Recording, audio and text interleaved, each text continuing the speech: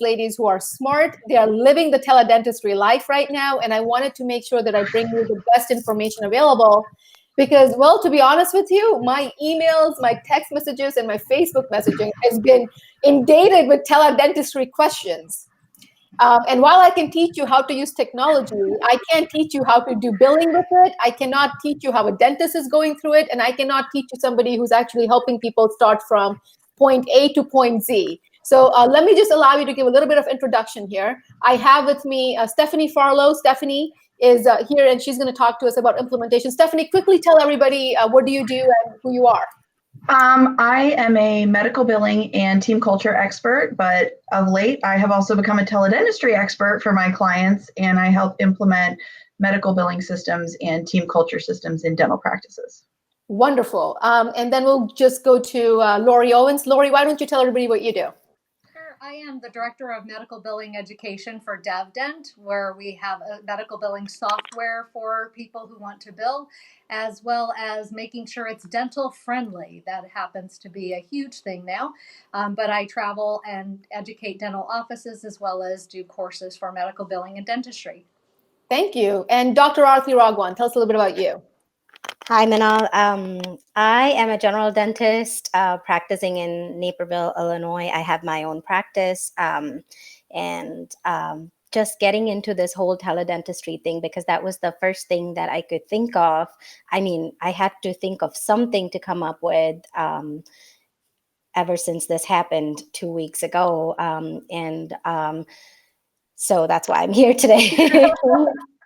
Well, why don't we get in? We are getting some viewers. If you are watching, tell us who you are and send us a hello so we know that you're watching us right now. And as usual, you can comment your questions. We go through all the questions that you sent us.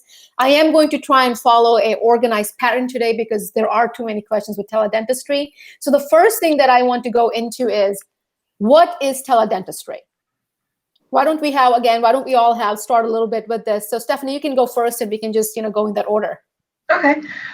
So teledentistry is basically, the simplest way to say it is delivering dental care through audio, visual, technological means instead of the typical face-to-face, in-person interactions you're used to having with your patients. Well, what is the difference, about it compared to, so you have to have audio and visual? So you do, and I'm sure Lori will go into this a little bit more, but you do typically have to have audio and visual. There needs to be a component where you are visually seeing what's going on with the patient. It can be photographs, it can be video, it can be, it could be they send you a video. It doesn't necessarily have to be you're doing one-on-one videoing, but there does have to be some component of a visual aid when you're talking to your patient. Thank you. And Lori, what about you? I agree. Yes, you do need something to back it up. Yes, even though they have relaxed requirements, I would not rest on my laurels with those required or relaxed requirements. So make sure you follow a standard that's going to protect your doctor, your practice, and your license.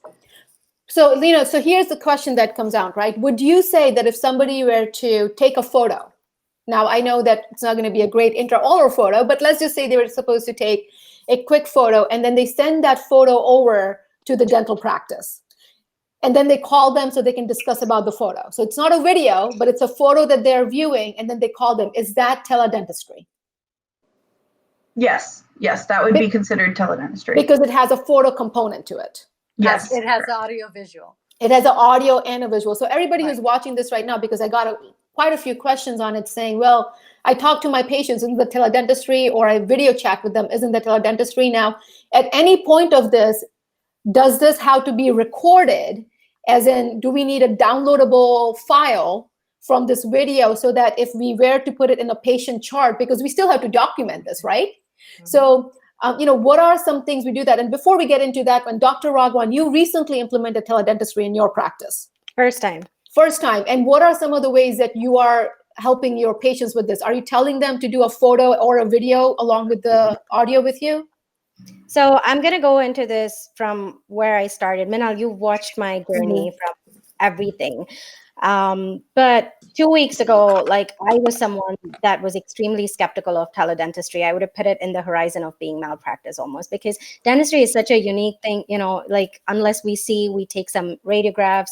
It's like, there are a lot of gray areas. Let me just put it that way. It's not black and white. It's not, it has a component of subjective interpretation, which comes from the patient. Like for somebody who is in pain, their pain levels might be excruciating. For another person who's going through the exact same condition, it might be somewhere in the range of moderate to nothing at all. So there is a subjective and then there is an objective component to it.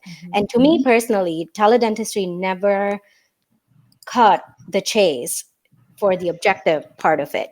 But after I made the decision to shut my office down last Sunday, the first thing I did was, I didn't look up what the definition was of teledentistry was. I was not in a mind frame to do any of that. I went into the office, I sat down, I thought about it for a minute, and I did my research on what has been implemented in teledentistry so far. So California Board of Dentistry actually had a very detailed consent form and description and stuff like that. So I took parts of it, and then I first created my own consent form, and then I created a code in my office and I decided to go with Skype, and I'll tell you why.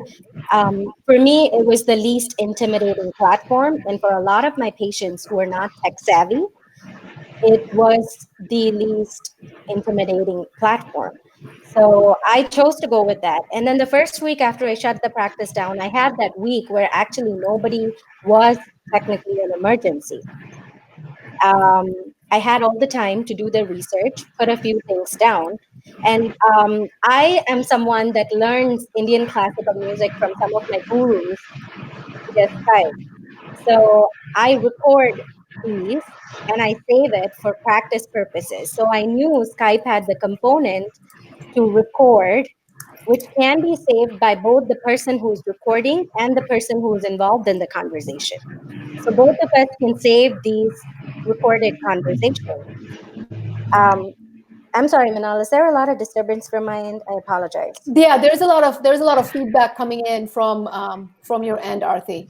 But that's okay. We can still hear you. But there was a lot of feedback, coming in from that point. But yes, Lori, sorry you disappeared for a second. So what she was saying was that let's get back into this technology, right? So right now with technology that we have going on, because that's the second question. The first question that I wanted to ask is, what is teledentistry? And we asked that saying that you need to make sure that you have an audio and a visual component with it. That may mean a photo. That doesn't always have to mean a video. A photo with an audio call is okay, but also if you're doing a video, you still need to have the recorded version, because that's actually your way of making sure you have the proper notes. And again, that's just common sense for any of our healthcare providers, but it is something that I know not a lot of people know to download and to keep.